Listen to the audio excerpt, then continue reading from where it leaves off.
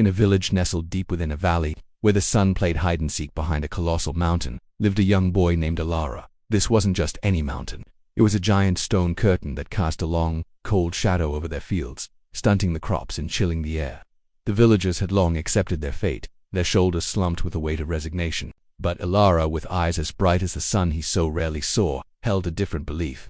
One morning, as the elders gathered, grumbling about another meager harvest, Alara spoke up, his small voice cutting through the heavy silence.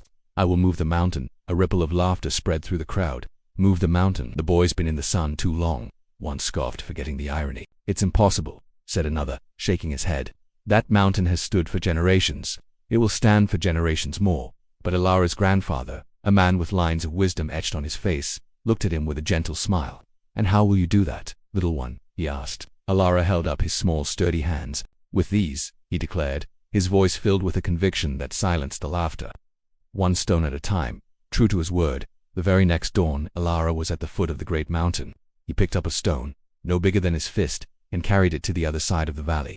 It was a tiny act against an immense challenge. Day after day, he returned. He would pick up a stone, carry it, and set it down. Then another, and another.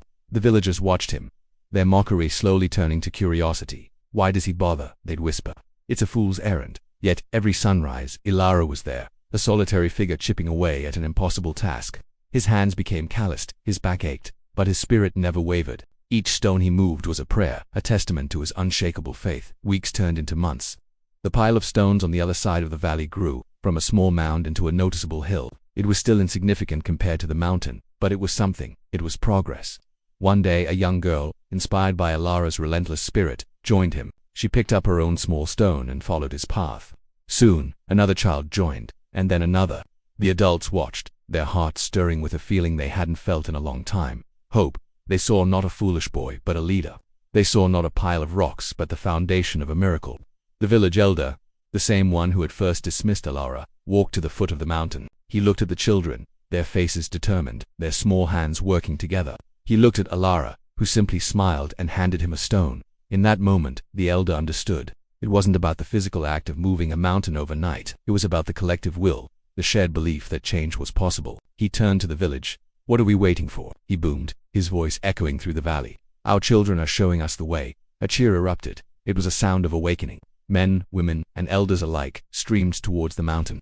The clang of tools and the shuffling of countless feet replaced the quiet whispers of doubt. The work was grueling, the progress slow. There were days of exhaustion, moments of despair when the mountain seemed to mock their efforts. But whenever their spirits flagged, they would look at Alara. He was always there, his pace steady, his resolve unbroken, a silent reminder of why they had started. He didn't give grand speeches. He simply worked, and his work spoke volumes. The community transformed. They were no longer just villagers living in the shadow of a mountain. They were a single unit, a family bound by a common purpose. They shared meals by the growing pile of stones, sang songs to lift their spirits, and told stories of the day the sun would finally bathe their homes in light. The pile of moved stones grew from a hill into a small ridge. They were not just moving rocks. They were moving their own limitations, their own long-held beliefs of what was impossible.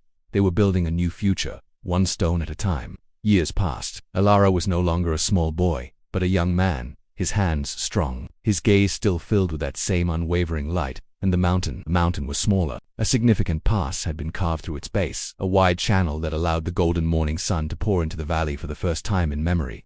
It wasn't completely gone, but it no longer held them captive.